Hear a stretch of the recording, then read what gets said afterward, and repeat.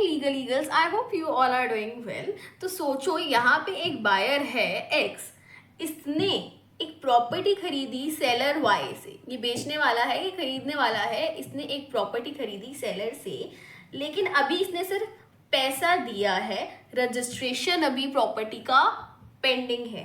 ठीक है, एक प्रॉपर्टी खरीदी, पोसेशन ले लिया, पर रजिस्ट्रेशन अभी भी इसका पेंडिंग है।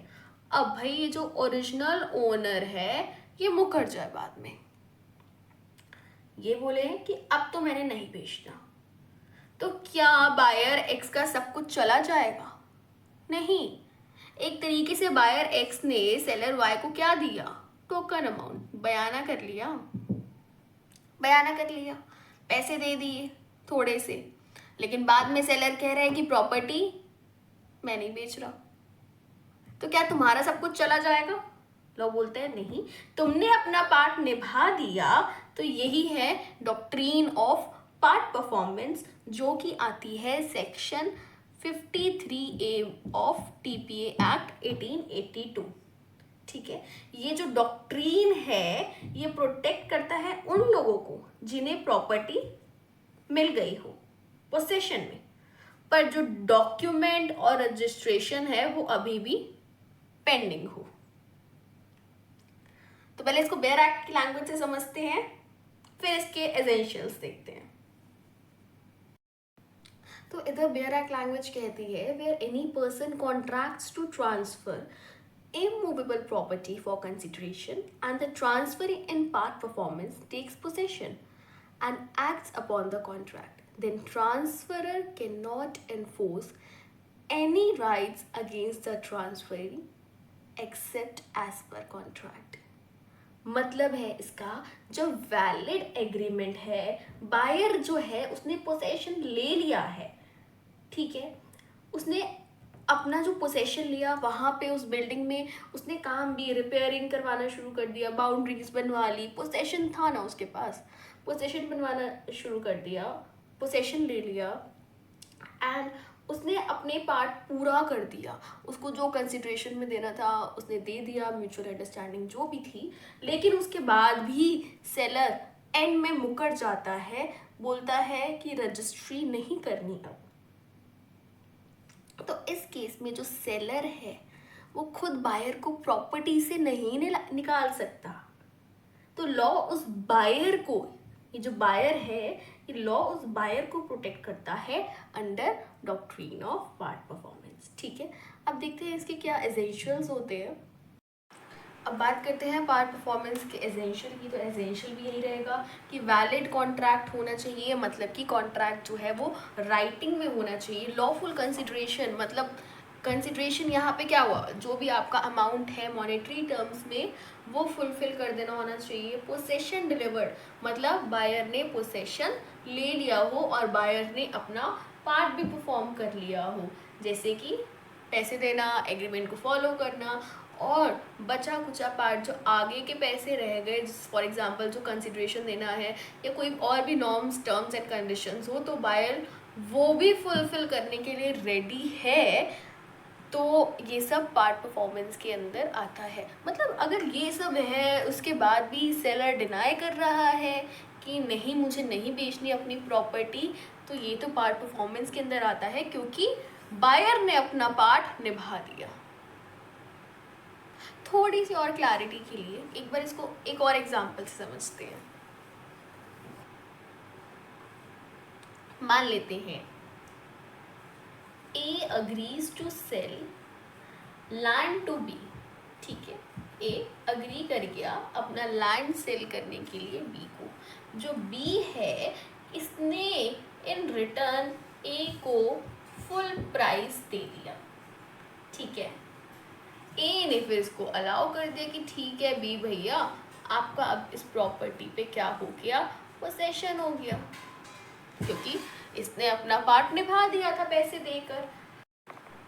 अब बी ने क्या करा, क्योंकि बी के पास पोसेशन तो आ ही गया था, तो बी ने उस लैंड को कंस्ट्रक्ट करवाना शुरू कर दिया, बी ने वो कंस्ट्रक्शन के लिए दे दिया।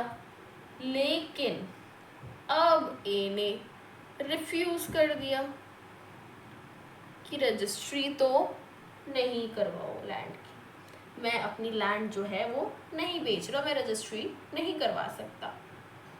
अब पार्ट परफॉर्मेंस क्या कहता है यहाँ पे डॉक्ट्रिन ऑफ पार्ट परफॉर्मेंस, कि ए अब बी को कन्विक्ट नहीं कर सकता, ए बी को कन्विक्ट नहीं कर सकता। अब पर जो बी है, पार्ट परफॉर्मेंस के अंदर की बता रही हूँ, जो बी है ये कभी ओनरशिप क्लेम नहीं कर सकता। ये जो डॉक्ट्रीन है ना, ये बी को ओनरशिप नहीं दे देगा, ये बस इसका जो ये टाइटल मिल रखा है ना, बी को जो इसका टाइटल मिल रखा है पोसेशन वाला, बस इसको ये प्रोटेक्ट करके रखता है। तो पार्ट परफॉर्मेंस का काम क्या हुआ कि टाइटल को प्रोटेक्ट करके रखना, जो इसका पोसेशन का टाइटल है इसको प्रोटेक्ट करके रखेगा। ये नहीं है कि भाई कंप्लेंट पार्ट परफॉर्मेंस ही होगी तो बी को ओनरशिप दिलवा दिया, ये नहीं होगा। ठीक है, अब देखते हैं 2 से 3 लैंडमार्क केसेस। तो ये Krishna Berilal versus Gulab Chand part performance का one of the significant landmark judgement है, जिसमें सुप्रीम कोर्ट ने, ऑनरेबल सुप्रीम कोर्ट ने खुद यही कहा है कि अनरजिस्टर्ड डॉक्यूमेंट, अगर जो डॉक्यूमेंट्स होंगे वो अनरजिस्टर्ड होंगे तो भी बायर को इन्विक्शन से प्रोटेक्ट किया जा सकता है under section 53A if conditions met. हाँ, if conditions met. And Delhi motor company versus UA में ये बोला गया है कि बायर ने पोसेशन लिया, ठीक है, बायर ने पोसेशन लिया, रिपेयर किया, लेकिन सेलर मुकर गया, तो कोर्ट ने बोला possession plus part performance is equals to buyer को नहीं निकाल सकते। तो इस केस में क्या हुआ कि बायर ने पोसेशन लिया, रिपेयर किया, बाद में सेलर मुकर गया, लेकिन कोर्ट ने बोला कि पोसेशन भी है उसके पास, उसने पार्ट परफॉर्म भी किया है, तो अब तो बायर को नहीं निकाल सकते। ऐसे एक और भी केस था नथुलाल वर्सेस फूलचंद का, वो भी बहुत वाइटल रोल प्ले करता है पार्ट परफॉर्मेंस में, जिसमें डॉक्ट्रीन के सारे एसेंशियल्स की लिस्ट को आउट किए और सुप्रीम कोर्ट ने बोला कि जो बायर है वो हमेशा ऑलवेज वो रेडी रहना चाहिए अपना टास्क परफॉर्म करने के लिए, जो भी उसका रिमेनिंग ऑब्लिगेशंस है, मान लेते हैं उसने आधा पैसा और देना है, तो बायर हमेशा रेडी रहना चाहिए। वो केस का नाम है Nathulal versus Phoolchand, AIR 1970 SC 546। अब पार्ट परफॉर्मेंस की तो हमने बेनिफिट्स देख लिए कि वो पोसेशन के टाइटल को प्रोटेक्ट करके रखता है, ओनरशिप तो नहीं दिलवाता लेकिन पोसेशन के टाइटल को प्रोटेक्ट करके रख सकता है, कोई उसको एविक्ट नहीं कर सकता। अब हम देखेंगे इसमें एक्सेप्शंस क्या है कि कब पार्ट परफॉर्मेंस जो है वो लागू नहीं होगा। अगर एग्रीमेंट ओरल होगा कि भाई हमने ऐसे ही बोल के कर लिया, अगर एग्रीमेंट ओरल होगा तो पार्ट परफॉर्मेंस अप्लाई नहीं होगा। अगर बायर ने अपना पार्ट निभाया ही नहीं, फॉर एग्जाम्पल कंसिडरेशन ही नहीं दिया, ठीक है, ये कुछ और टर्म्स एंड कंडीशंस फॉलो ही नहीं फुलफिल करी, ठीक है, अगर बायर को पोसेशन ही नहीं मिला तो भी पार्ट परफॉर्मेंस का डॉक्ट्रिन अप्लाई नहीं होगा। अगर बायर फ्रॉड या इलीगल एक्टिविटीज़ में है और उसने इस तरीके से प्रॉपर्टी लेनी चाहिए तो भी डॉक्ट्रिन ऑफ पार्ट परफॉर्मेंस नहीं अप्लाई होगा। अगर एग्रीमेंट हो रिटर्न में लेकिन एग्रीमेंट वॉइड कब होगा, जैसे कि फॉर एग्जांपल किसी अनसाउंडेड माइंड के साथ कर दिया, या फिर वॉइड अगर माइनर के साथ एग्रीमेंट है तो भी पार्ट परफॉर्मेंस का डॉक्ट्रिन अप्लाई नहीं होगा। तो ये कुछ एक्सेप्शंस हैं जहाँ doctrine of part performance apply नहीं होता। तो कभी कभी ज़िंदगी में लीगल पेपर पेंडिंग होता है और भरोसा पूरा होता है। तो डॉक्ट्रिन ऑफ पार्ट परफॉर्मेंस उन लोगों के लिए है जो अपना भरोसा, पैसा और सपना किसी प्रॉपर्टी में लगा चुके हों। लॉ कहता है अगर तूने अपना पार्ट निभा दिया तो दुनिया मुकर भी जाए हम तेरा साथ देंगे, ठीक है। तो ये था डॉक्ट्रिन ऑफ पार्ट परफॉर्मेंस।